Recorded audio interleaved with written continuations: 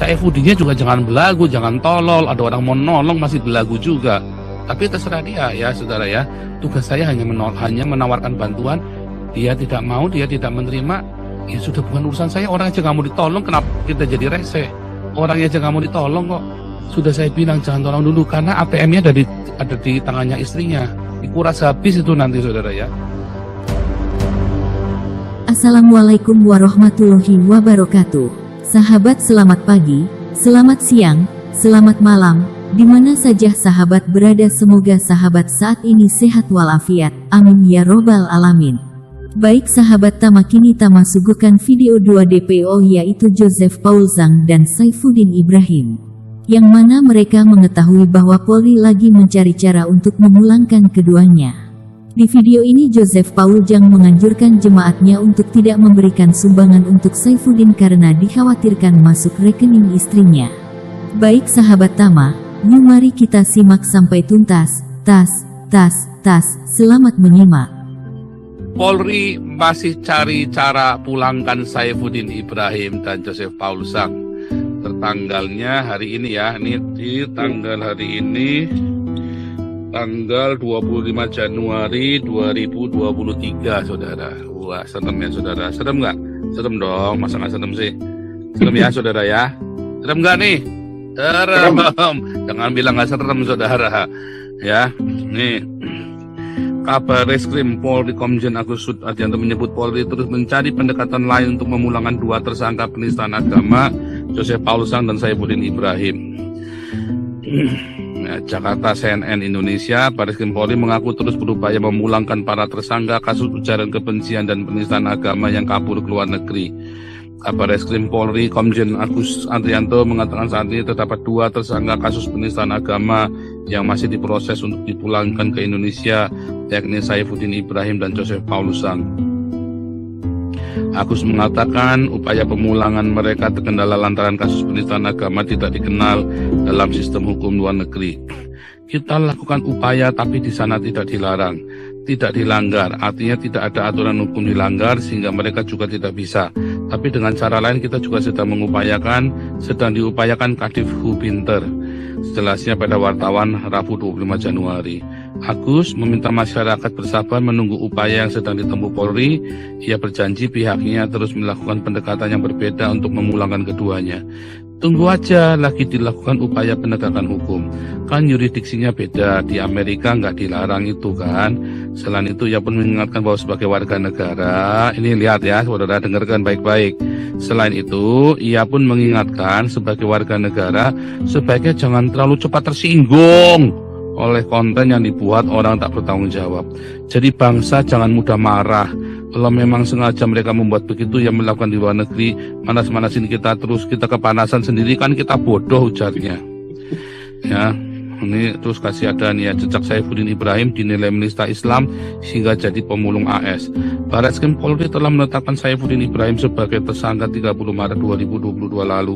Saifuddin dijerat melanggar pasal 45A ayat 1 junto pasal 28 ayat 1 Undang-Undang Nomor 19 Tahun 2016 tentang perubahan atas Undang-Undang Nomor 11 Tahun 2008 tentang informasi dan transaksi elektronik. Dalam pasal itu Saifuddin diduga melakukan ujaran kebencian berdasarkan sara, pencemaran nama baik, penistaan agama, pemberitaan bohong, dan dengan sengaja menerbitkan keonaran di kalangan masyarakat. Kasus ini bergulir usai Saifuddin menyampaikan keluhan terkait sejumlah situasi kehidupan keagamaan Indonesia kepada Menteri Agama Yakut Khalil Qomas lewat media sosial. Dia turut menyinggung masalah kurikulum pesantren dan mengaitkannya dengan radikalisme serta usulan menghapus 300 ayat Al-Quran. Sementara Joseph Paul Zhang jadi tersangka pada April 2021 lalu. Dia dijerat 2 pasal terkait konten yang dibuatnya di media sosial. Lihat, Barreskrim kesulitan tangkap Joseph Paul Zhang di luar negeri. Hil yang mustahil, saudara ya. Pertama, Zhang dijerat menggunakan pasal penyebaran informasi bermuatan rasa kebencian berdasarkan sara sebagaimana termaktub dalam pasal 28 ayat 2 Undang-Undang Informasi dan Transaksi Elektronik Undang-Undang ITE. Kemudian polisi juga menjerat dengan pasal penodaan agama yang dimuat dalam pasal 156A KUHP. Di mana kebenciannya saudara ya, tiap malam kita kasih makan orang. Bingung saya. Ini dari Facebooknya Saifuddin ya, Abraham Ben Moses. Istri saya kerjasama dengan polisi untuk menangkap saya. Mereka satu tim dengan bintang Washington DC dan California. 3 hari saya berada dalam tekanan agar balik ke Indonesia. Tapi saya tetap percaya pertolongan Tuhan Yesus sempurna. Sudah 3 minggu saya diblokir WA, FB, Instagram. ATM dikuras habis. Kalau saya masuk penjara, dia akan banyak uang. Dalam keadaan kepepet, saya berdoa biarkan Tuhan tetap bersama istri dan anak-anak saya. Itulah sebabnya saya bilang jangan nyumbang dulu, saudara. Harus jelas dulu. Ya, itulah sebab saya bilang jangan sumbang dulu. Saifuddinnya juga jangan belagu, jangan tolol. Ada orang mau nolong masih belagu juga. Tapi terserah dia ya, saudara ya. Tugas saya hanya menawarkan bantuan. Dia tidak mau, dia tidak menerima. Ya sudah, bukan urusan saya. Orang aja nggak mau ditolong, kenapa kita jadi rese? Orang aja nggak mau ditolong kok, ya kan? Orang aja nggak mau ditolong, kenapa kita jadi rese, saudara? Yang mau ditolong aja banyak kok. Orang mau ditolong banyak. Emang cuma Saifuddin di dunia ini yang butuh pertolongan? Ya, sudah saya bilang jangan tolong dulu karena ATM-nya ada di tangannya istrinya. Dikuras habis itu nanti, saudara ya. Semua uang itu bisa dikuras habis nanti sama istrinya. Jadi Anda nolong ngirim uang ke Saifuddin, uangnya dipakai buat Indahoy, si Febri sama si Sarah, saudara. Goblok namanya itu kamu tuh.